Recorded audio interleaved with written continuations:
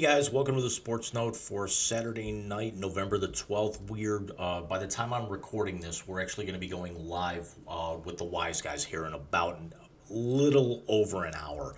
Uh, College basketball has started, and we touched on uh, our first entry of the new season with Georgetown the other night, and then we had the biggest upset of the young season just basically the same night, Thursday night, and it's also the strangest ending we might get in all of college basketball all year.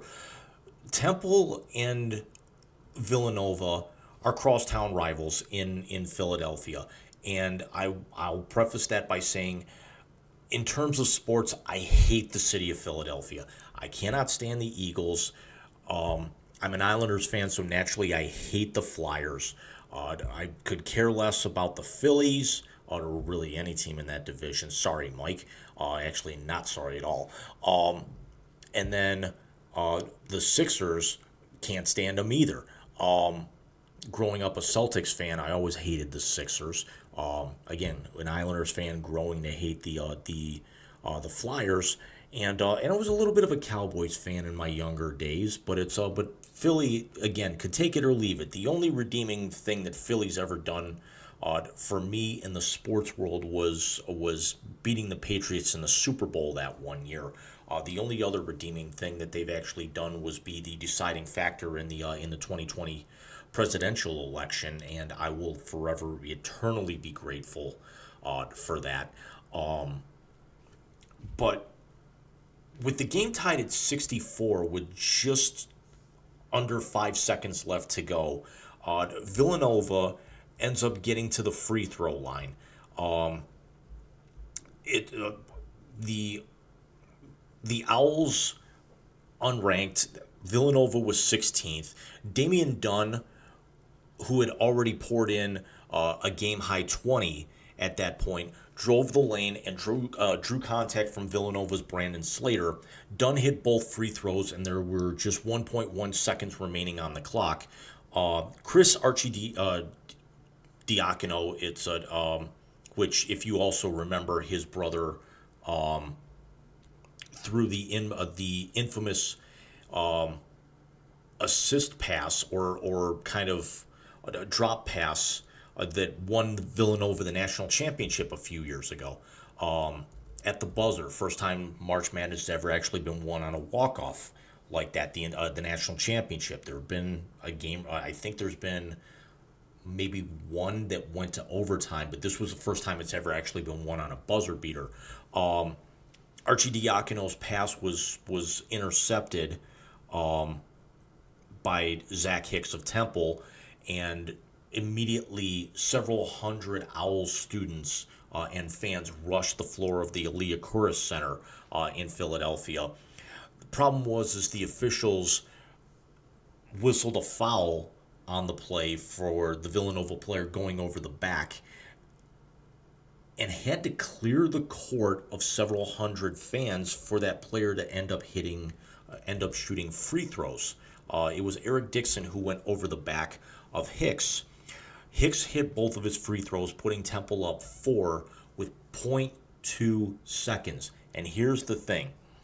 The rule in basketball, college and pro, is that any shot taken with under two-tenths of a second off an inbound play is automatically waved off because it is not enough time for a catch and shoot. The only way that shot would be even considered to be reviewed, whether or not it could count, would be if it's off of a tip-in or a lob or something of that nature. And for Arcidiacono to actually have to throw at that point 97 feet and get a tip-in with 2 seconds left and get a foul as well, where no Temple player probably would have been anywhere within 10 feet of that throw. It was kind of the wrong call, because then you actually had these hundreds of students rush the floor. You got to get them off the floor, and then they immediately rush the floor again. So for Temple, it's not often they actually have these great wins in recent years.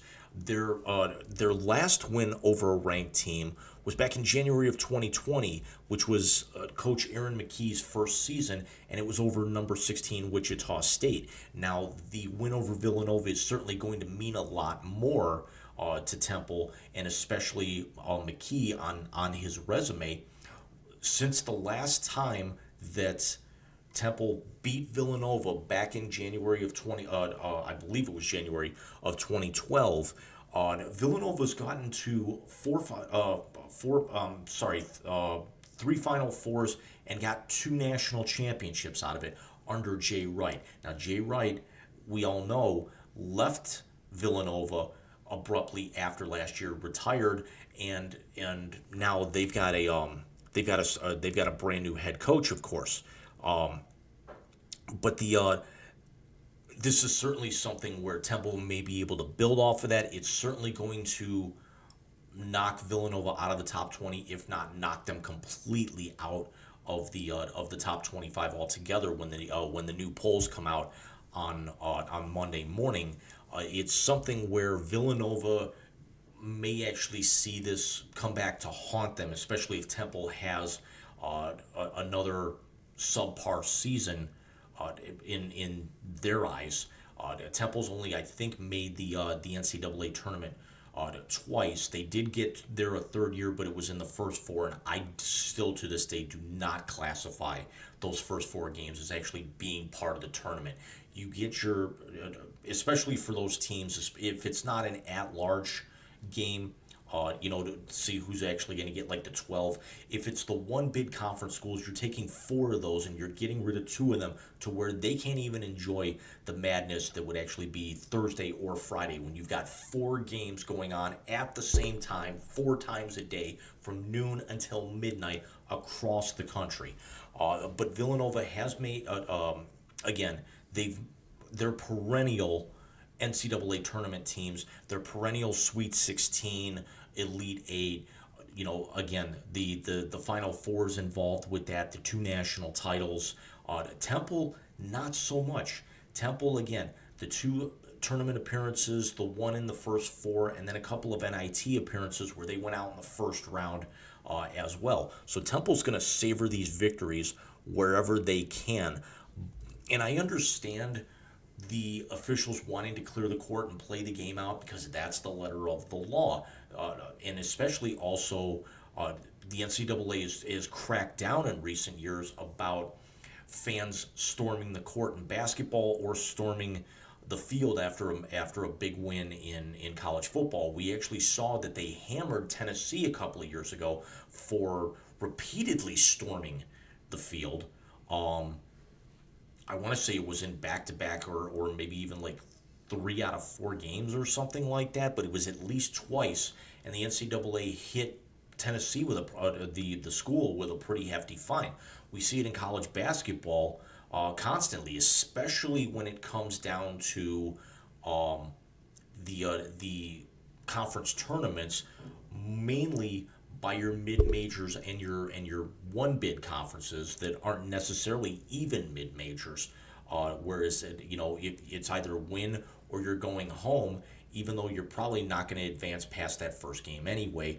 Although we have seen stranger things happen in more recent years. Let's take UMBC a few years ago as a 16 overall one. Let's actually take St. Peter's, what their run was as a 15 just last year, into account. So it only takes that one win, to get you into the tournament as an automatic qualifier like that, and at that point you're playing with house money.